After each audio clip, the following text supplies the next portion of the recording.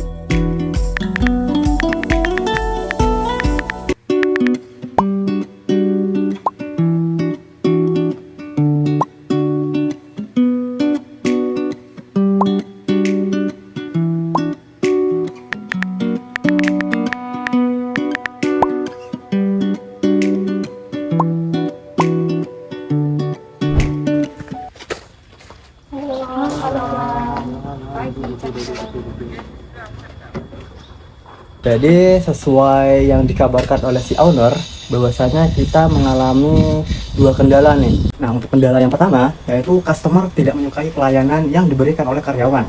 Jadi mereka ini berkomentar bahwa karyawannya tidak tersenyum dan terkesan tidak peduli pada si pelanggan tersebut. Nah, setelah diselidiki, kemungkinan besar adalah gaji yang diberikan itu tidak cukup untuk memberikan kepuasan pada si karyawan. Nah, untuk kendala yang kedua yaitu memiliki program promosi baru tapi tidak memberikan dampak yang signifikan kepada kunjungan dan juga si penjualan kita. Halo guys, jadi kita habis kelas dan kita mau jajan ke kantin. Yuk ikutin kita. Kita mau jajan apa ya kira-kira? Ada yang jual apa tuh? Ada yang jual. Misi mas, jual apa mas? Donat. Ada rasa apa aja nih? Ya, matcha, vanilla, coklat. Harganya berapa mas? 4 ribuan sih. Kenapa? Boleh lihat donatnya ada. Kayak gitu sih. Donat kecil kayak gini mas. Iya. Kok mahal banget sih mas? Ya udah, mau beli nggak? Nanya-nanya mulu kalian nih. Banget. Lainnya udah gak ramah, mahal lagi. Ya udah, serah saya mbak. Mau senyum mau enggak pun, mau ramah enggak pun, bayaran pun tetap sama. Kalau nggak mau beli, pergi aja sana. Ya udah lah, jadi mas. Gak jadi mas.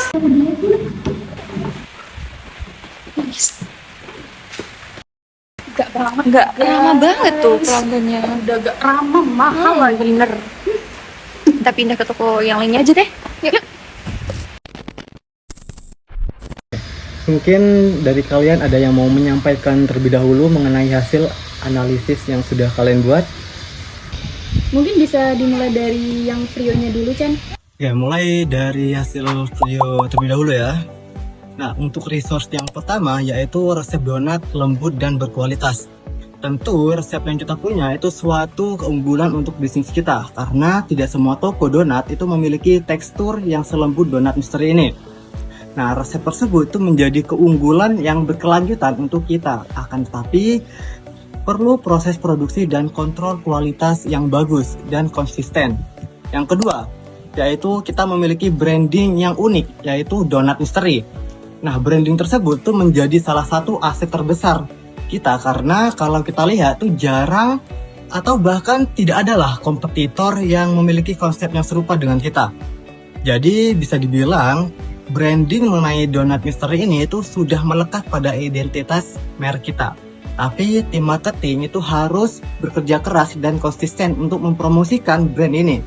Karena kalau kita berhasil mengelolanya dengan baik, ini akan menjadi keunggulan kompetitif jangka panjang. Terus yang ketiga, yaitu kreativitas varian untuk donat yang kita produksi. Nah, ini memang bernilai sih, tapi ya para pesaing pasti akan meniru varian yang kita punya dengan cepat. Nah, untuk menjadikan keunggulan yang berkelanjutan, kita perlu proses R&D yang terstruktur. Misalnya jadwal varian untuk unit seperti event Halloween, Christmas, dan juga bisa ide mengenai challenge bulanan. Nah, kalau hal ini tuh dikelola dengan baik, pasti bakal menjadi keunggulan yang akan sulit ditiru oleh para kompetitor. Nah, yang keempat yaitu interaktif dengan pelanggan. Yang kita perlukan dalam hal ini adalah staff yang khusus untuk media sosial. Jadi kita juga perlu nih untuk mempromosikan lewat konten sosial media. Kalau ini berhasil, itu akan menjadi suatu hal yang sangat positif bagi bisnis kita. Jadi kita tidak hanya fokus pada produk yang kita buat, tapi kita juga fokus pada engagement. Nah, yang kelima yaitu sistem PO atau pre-order. Untuk sistem PO ini sebenarnya cukup bernilai tinggi, tapi tidak berjangka panjang juga. Bukan berarti gak begitu penting sih sistem PO ini. Di sini itu juga penting karena membantu operasional dan perencanaan produksi. Yang jelas, kita harus menjaga efisien logistik agar sistem ini tetap memberikan value untuk bisnis kita. Dan yang terakhir, yaitu resource mengenai desain toko yang Instagramable. Menurut saya, ini memiliki value yang tinggi karena saya lihat cukup jarang di area sekitar kita yang memiliki konsep toko yang unik. Ya, meskipun sewaktu-waktu itu bisa ditiru sih oleh para pesaing, tapi selama kita selalu mengikuti tren visual, kapabilitas ini menjadi keunggulan yang berkelanjutan karena menciptakan diferensiasi dan menarik pelanggan baru nantinya. Jadi, secara keseluruhan, kita punya banyak aset yang bernilai tinggi. Tapi sebagian besar itu masih belum dimanfaatkan dengan maksimal karena yang saya lihat itu eksekusinya masih belum optimal. Kalau kita perkuat quality control, marketing, dan inovasi yang terstruktur, kita pasti bisa mengubah kapabilitas yang kita miliki itu menjadi keunggulan kompetitif jangka panjang bagi bisnis kita. Segitu aja mengenai hasil analisis mengenai Frionya. Bagaimana kalau selanjutnya mengenai Vestelnya? Baik, di sini saya akan menyampaikan baik dari hasil analisis Vestel. Jadi analisisnya itu Analisis Vestel, politik, ekonomi, sosial, teknologi, environment, dan legal. Politik, stabilitas politik Indonesia yang relatif kondusif mendukung tumbuhnya usaha kuliner donat misteri. Selain itu, adanya kebijakan pemerintah mengenai UMKM seperti bantuan modal, kemudian izin usaha dan program digitalisasi dapat membantu bisnis ini berkembang. Nah, di sini merupakan peluang. Kemudian bagian ekonomi, adanya perubahan harga bahan baku seperti tepung, gula, telur, minyak, dan lain-lain berpotensi meningkatkan biaya produksi. Nah, ini merupakan ancaman. Kemudian sosial, masyarakat Indonesia sangat menyukai makanan ringan dan produk kuliner kreatif. Tren membeli makanan yang unik juga menjadi meningkat sehingga konsep donat misteri cocok dengan kebiasaan sosial saat ini. ini merupakan peluang dari bisnis donat misteri. Selanjutnya, teknologi. Teknologi sangat membantu pemasaran usaha kuliner. Donat misteri dapat memanfaatkan media sosial, aplikasi delivery seperti Gojek, Grab, dan sistem pembayaran digital seperti Kris untuk memperluas jangkauan pelanggan. Jadi ini merupakan peluang bagi usaha donat misteri. Kemudian environment. Meningkatnya kesadaran konsumen terhadap isu lingkungan membuat bisnis perlu memperhatikan penggunaan kemasan yang ramah lingkungan. Donat misteri dapat menarik perhatian lebih karena menggunakan kotak pembungkus berbahan dasar kertas, sehingga mudah terurai serta dapat mengurangi limbah makanan. Selain itu, memilih bahan baku yang aman dan tidak merusak lingkungan dapat menambah nilai positif, sehingga ini menjadi peluang bagi usaha donat misteri. Selanjutnya adalah legal. Bisnis makanan harus mematuhi regulasi seperti izin usaha, sertifikat, kemudian standar kebersihan, serta keamanan pangan. Nah, ini merupakan ancaman bagi usaha donat misteri. Jadi, kesimpulan dari analisis Pestel adalah donat misteri ini memiliki banyak peluang untuk berkembang berkat dukungan pemerintah, tren sosial yang menyukai makanan unik, teknologi digital, dan kesadaran lingkungan. Namun, usaha ini perlu mewaspadai kenaikan harga bahan baku serta kewajiban memenuhi aturan legal terkait keamanan pangan. Jadi seperti itu hasil dari analisis Pestel. Oke, tadi kan kita udah bahas ini ya, analisis Frio, Pestel. Nah, bagaimana nih tentang strategi atau solusi dari dua kendala yang sudah disebutkan tadi? Oke, aku lihat dari kendala-kendala yang udah disebutin tadi. Di sini aku punya 2 analisis nih dari tiap-tiap kendalanya. Itu ada analisis bisnis level strategi sama corporate level strategi. Kendala yang pertama, bisnis level strategi yang kita pilih itu diferensiasi strategi. Di usaha makanan kayak donat misteri ini, diferensiasi strategi itu bukan cuma soal rasa atau bentuk donatnya aja, tapi juga bisa berupa experience atau pengalaman yang dialami sama customer. Pelayanan yang ramah itu juga bisa jadi nilai tambah buat kita. Kalau pelayanan karyawan kurang bagus, otomatis diferensiasi yang mau kita bangun itu jadi gagal. Tapi tenang aja, diferensiasi strategi bisa tetap jalan tanpa kita harus keluar biaya yang lebih besar dengan melakukan solusi-solusi. Misal, solusi yang pertama, kita bisa ngadain pelatihan singkat untuk menyapa, senyum, atau cara melayani customer yang lebih baik. Solusi yang kedua bisa dengan kasih reward kecil-kecilan buat karyawan, misalnya kasih donat gratis, atur jadwal kerja yang lebih fleksibel, atau rotasi jam kerja biar mereka gak jenuh di tempat kerja. Dan solusi yang ketiga, kita bisa bikin suasana outlet jadi lebih nyaman. Misalnya ngasih aroma khas, display donat yang rapi, atau papan menu yang lebih estetik, biar karyawan juga betah di tempat kerja. Selanjutnya, untuk analisis corporate level strategi, di kendala yang pertama, karena masalahnya ini berasal dari ketidakpuasan pelanggan terhadap kualitas karyawan, maka strategi yang cocok untuk analisis ini yaitu growth strategi dengan meningkatkan internal growth. Internal growth ini fokusnya memperbaiki hal-hal yang ada di dalam perusahaan, jadi pas banget nih buat mengatasi pelayanan yang kurang. Karena kondisi keuangan tidak memungkinkan kita untuk menaikkan gaji karyawan, jadi perusahaan ini bisa memperkuat kualitas internalnya dulu. Misalnya dengan melakukan langkah-langkah seperti mengatur pola kerja karyawan yang lebih manusiawi, sehingga karyawan tidak mudah lelah dan emosi, membangun budaya kerja yang positif dengan memberikan pujian atau pengakuan kinerja di depan tim, dan juga bisa dengan memperbaiki manajemen karyawan dengan membuat rules kerja yang jelas, memberikan kesempatan pada karyawan untuk menyampaikan solusi atau ide-ide yang mereka punya agar komunikasi itu menjadi lebih baik dan lebih terbuka. Baik, selanjutnya analisis bisnis level strategi untuk kendala yang kedua, untuk mengatasi promosi yang kurang berdampak karena adanya produk serupa dari pesaing yang memiliki value dan juga promosi yang lebih unggul, sehingga promosi dari donat misteri kurang menarik. Strategi bisnis yang paling tepat untuk kita pilih yaitu diferensiasi strategi, khususnya pada bagian value, proposition, dan juga produknya. Solusi yang bisa kami terapkan, yang pertama, kami bisa menambahkan mystery flavor baru secara berkala. Yang kedua, membuat varian limited edition di tiap minggunya. Yang ketiga, membuat kemasan yang lebih menarik. Yang keempat, membuat challenge tebak rasa. Dan yang kelima, bisa menambahkan promo bundling. Baik, selanjutnya untuk analisis corporate level strategi pada kendala yang kedua bisa kita atasi dengan menggunakan growth strategy. Masalah promosi yang kurang efektif bisa kita atasi dengan menggunakan external growth pada bagian growth strategy, yaitu dengan memperkuat pertumbuhan melalui pihak luar untuk memperkuat posisi pasar. Misalnya, yang pertama dengan mengadakan kolaborasi dengan influencer atau food vlogger lokal untuk tambahan review atau konten. Selanjutnya bisa bekerja sama dengan kafe atau perusahaan F&B lain dengan menambah paket bundling sehingga kita bisa meningkatkan penjualan dari dua sisi.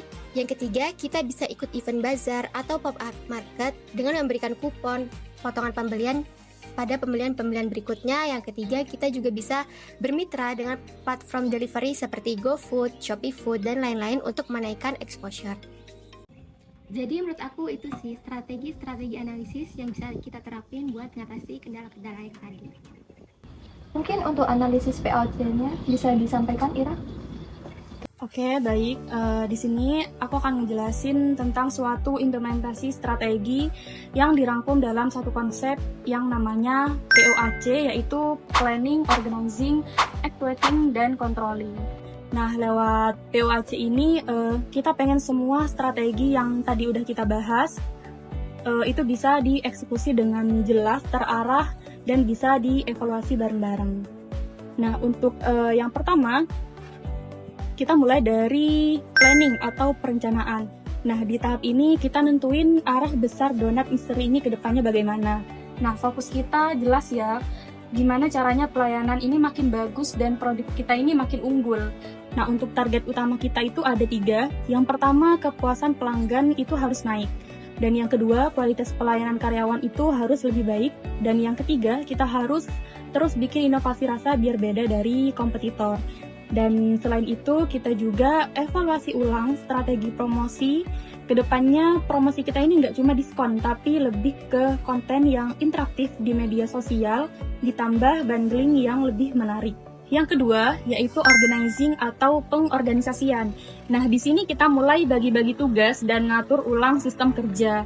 Nah, untuk struktur kerja karyawan, kita perjelas lagi supaya semua paham perannya masing-masing dan SOP pelayanan kita ini bisa dijalankan dengan benar. Nah, karena kondisi keuangan kita belum memungkinkan untuk menaikkan gaji, kita pakai cara lain buat memotivasi mereka seperti insentif kecil berbasis kinerja, jadwal kerja yang lebih fleksibel, dan pelatihan singkat.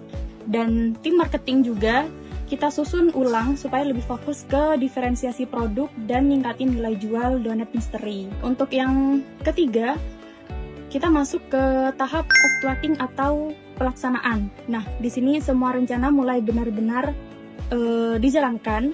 Karyawan mulai dapat pelatihan pelayanan yang lebih ramah, ada program motivasi kerja, dan kontrol kualitas produk juga kita perketat. Dari sisi pemasaran, kita jalankan promosi yang lebih seru kayak tebak rasa mingguan, giveaway, dan kerjasama dengan food influencer lokal. Nah, di bagian produksi juga kita jaga banget konsisten rasanya. Nah, supaya setiap pelanggan itu selalu dapat pengalaman yang menyenangkan. Dan yang terakhir, itu ada controlling atau pengendalian. Nah, di tahap ini kita itu harus rutin ngecek apakah strategi kita ini benar-benar jalan atau belum. Kita lihat perubahan sikap karyawan ke pelanggan, kita kumpulin feedback pelanggan, dan kita evaluasi penjualan serta respon terhadap promosi. Kalau ada yang tidak sesuai target, kita langsung perbaiki, entah itu dari SOP pelayanan atau dari strategi produknya. Dan tujuan akhir kita jelas, semua strategi yang kita jalankan ini harus benar-benar berdampak ke peningkatan kinerja donat misteri secara keseluruhan. Jadi intinya lewat POAC ini kita nggak cuma bikin rencana, tapi juga memastikan semuanya dijalankan, diawasi, dan terus diperbaiki. Mungkin itu suatu strategi implementasi yang aku rangkum di konsep POAC ini. Oke, sekian atas diskusi kita hari ini. Terima kasih atas kehadirannya dan juga sudah memberikan hasil analisis yang begitu baik. Aplaus untuk kita semua. Video dari kami. Bye-bye!